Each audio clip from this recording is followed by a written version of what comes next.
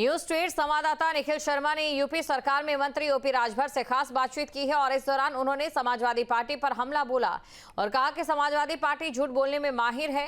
समाजवादी के लोग अपनी किरकिरी खुद कराते हैं। इस दौरान उन्होंने कहा कि 10 जून को बहराइच में महाराजा सुहेलदेव जी का मेला हम लगाएंगे, जिसके लिए डीएम से परमिशन लेंगे। हमारे साथ उत्तर प्रदेश सरकार में मंत्री ओम प्रकाश राजभर जी हैं। इस दौरान अगर आप देखें तो राजनीतिक तौर पर समाजवादी पार्टी और बीजेपी में एक अलग तरह की टकरार चल रही है। अखिलेश यादव की जो सोशल मीडिया टीम है वो ब्रजेश पाठक को कमेंट करती है। ब्रजेश पाठक समाजवादी पार्टी के डीएनए को लेकर सवाल खड़ा करते हैं। दौर में जारी राजनीति। देखिए, समाजवादी पार्टी हमेशा बैकफुट पर खेल रही है। कभी अम्बेडकर बनने के सपना देख रही है, समाजवादी पार्टी के मुखिया जो है देख रहे हैं। आपने देखा पोस्टर और लगाया, फिर वो बैकफुट पर चले गए। फिर उसके बाद उन्होंने कई पोस्टर हम देखते हैं कि इनके पार्टी में पोस्टर मैन हैं, वो रात को पोस्टर लगाते हैं, सुबह समाजवादी पार्टी की छीछा लेदर होती है तो फिर पोस्टर हटा लिए जाते हैं। उसी तरह जिस तरह का कृत्य समाजवादी पार्टी के सोशल मीडिया के लोगों ने किया है, तो अब उसको भी ट्विटर से हटा लिया गया। देखा आपने, तो छीछा लेदर किसकी हो रही है? समाजवादी पार्टी की। तो समाजवादी पार्टी सत्ता से बेदखल होने के बाद वो अपना मानसिक संतुलन लोग खो बैठे हैं। अनर्गल बयानबाजी, झूठ बोलने के माहिर, और अगर सीखना है उनको तो हम तो कहेंगे कि समाजवादी पार्टी जो असली भगवान है, माँ बाप असली भगवान होते हैं, जो अपने असली भगवान का नहीं हुआ, माँ बाप का नहीं हुआ, तो वो दूसरे का होगा ये भैया। वो तो बता रहे हम कृष्ण के वंशज हैं और वहाँ से हम संबंध बिलोंग करते हैं। अरे तो ब्रजेश पाठक जी तो ब्रह्मा जी के वंशज हैं। बहराइच मेले को लेकर भी सियासत चल रही है। कह रही कि भाजपा जो आपकी सरकार है गठबंधन की, वहाँ मेले की इजाज़त नहीं दे रही है और एक धर्म को विशेष को टारगेट किया जा रहा है। देखिए, किसी धर्म विशेष को टारगेट नहीं किया जा रहा है। राजभर महाराजा सुहेलदेव जी को कौन जानता था? 2% लोग नहीं जानते थे। जब हम लोगों ने 22 साल पहले से शुरू किया महाराजा सुहेलदेव, सुहेलदेव जी जय सुहेलदेव, जय सुहेलदेव, तो लोग पूछने लगे कि जय सुहेलदेव, सुहेलदेव कौन है? तो उनके विषय में जब चर्चा हुई तो जो काबुल से देश को गुलाम बनाने के लिए मठ मंदिर को लूटते हुए जो भारत में आया, तमाम राजाओं को परास्त किया, 585 राजा थे। जब बहराइच पहुंचा तो राजभर महाराजा सुहेलदेव जी कई राजाओं को इकट्ठा किया और भिड़ गए और वहीं जो है सैयद सरार मसूद गाजी को वहीं दफन कर दिया। नानपारा मैदान कुटला नदी आज भी विद्यमान है। तो मेला तो लगना चाहिए राजभर महाराजा सुहेलदेव जी का, जो देश को गुलाम बनाने से बचाया, जो देश को विदेशी ताकतों से जो अपने कब्जे में लेना चाहते थे उनसे छुटकारा दिलाया। तो मेला तो राजभर महाराजा सुहेलदेव जी का लगना चाहिए। हम तो वहाँ 10 जून को बहराइच में मेला हम खुद लगाते हैं, विजय दिवस मनाते हैं और चल रहे हैं। फिर 10 जून को महाराजा सुहेलदेव जी का विजय दिवस बहराइच में परमिशन लेंगे डीएम से कि दो भाई, हम तो देश को गुलाम बनने से जो गुलाम बनाने आया उससे छुटकारा दिलाने का काम किया महाराजा सुहेलदेव जी। तो राजभर महाराजा सुहेलदेव जी का मेला 10 जून को बहराइच में हम खुद लगाएंगे। भारतीय जनता पार्टी ने तय किया है कि अपने विधायकों का रिपोर्ट कार्ड तैयार करेंगे। उसके लिए बाकायदे इस तरह की व्यवस्था की गई कि विधायकों का कामकाज का क्या तरीका है वो परखा जाएगा। उसके बाद आने वाले समय में इसी आधार पर टिकट दिया जाएगा। इसे किस तरह से देख रहे हैं आप? अच्छा काम है।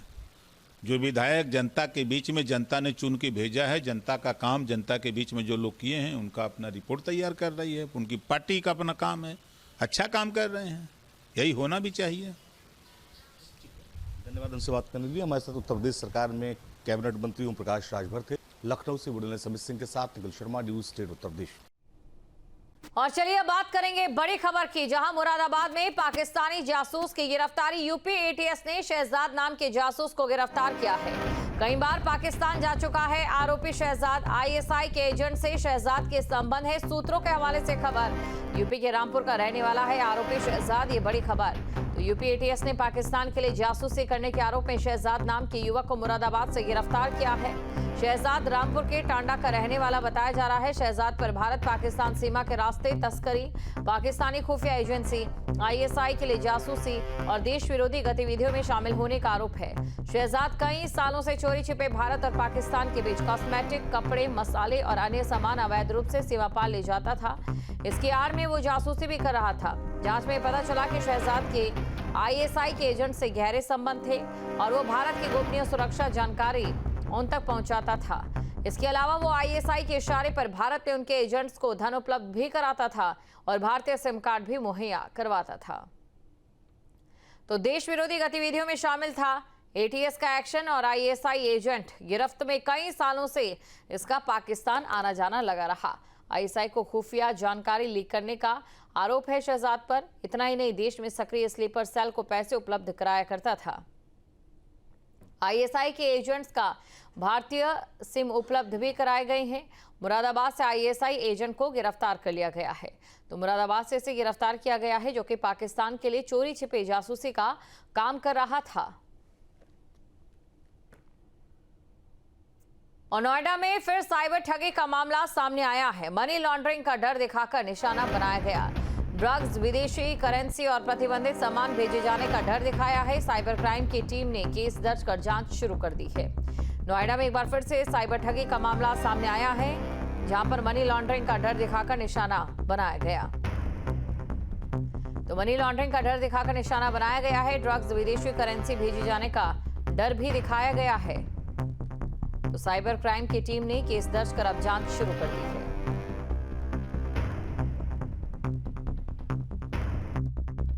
साइबर जालसाज नोएडा, ग्रेटर नोएडा के लोगों को लगातार निशाना बना रहे हैं। ताज़ा मामला छलेरा के रहने वाले ब्रजेश नाम के युवक के साथ हुई घटना का है। ब्रजेश को एक महिला द्वारा फ़ोन कर कहा गया कि वो डाक विभाग से बोल रहे हैं और उनके द्वारा जो कोरियर भेजा गया उसके अंदर प्रतिबंधित चीज़ें हैं, यानी ड्रग्स और विदेशी करेंसी होने के साथ साथ कई प्रतिबंधित चीज़ होने का हवाला दिया और उनके खिलाफ FIR दर्ज करने का जानकारी देते हुए कथित तौर पर फ़ोन को मुंबई पुलिस के साइबर विभाग को भेजने की बात की। कॉल ट्रांसफ़र किया गया और साइबर जालसाज खुद को पुलिस अधिकारी बताकर लगातार ब्रजेश को जेल भेजने की धमकी देते रहे और उनका आधार कार्ड जो है वो ड्रग्स की तस्करी में, मनी लॉन्ड्रिंग में प्रयोग करने की बात कही गई। पूरे मामले को देखते हुए ब्रजेश ने उनको असली पुलिस अधिकारी समझा और अपने खाते में मौजूद 22,84,000 रुपये अलग अलग बैंक खातों में ट्रांसफ़र कर दिए। पैसा ट्रांसफ़र होने के बाद पीड़ित को अपने साथ ठगी होने की जानकारी हुई। फिलहाल साइबर क्राइम थाने में FIR दर्ज कराई गई है। पुलिस अधिकारियों का कहना है कि FIR दर्ज करने के साथ साथ उन बैंक खातों की तलाश की जा रही है जिनमें पैसा ट्रांसफ़र किया गया और जिन मोबाइल नंबरों से बातचीत की गई थी उसके बारे में भी जानकारी जुटाई जा रही है। फिलहाल साइबर ठग कब तक पुलिस के हत्थे चढ़ पाते हैं ये देखना होगा, लेकिन डिजिटल अरेस्ट और कोरियर में मनी लॉन्ड्रिंग या तमाम चीज़ों को भेजने का डर दिखाकर या ट्रेडिंग के नाम पर मोटा मुनाफा देने का झांसा देकर लगातार साइबर ठग लोगों को निशाना बना रहे हैं और करोड़ों रुपए की ठगी को अंजाम दे चुके हैं। वीडियो जर्नलिस्ट संजय कुमार के साथ अमित चौधरी, न्यूज़ स्टेट नोएडा।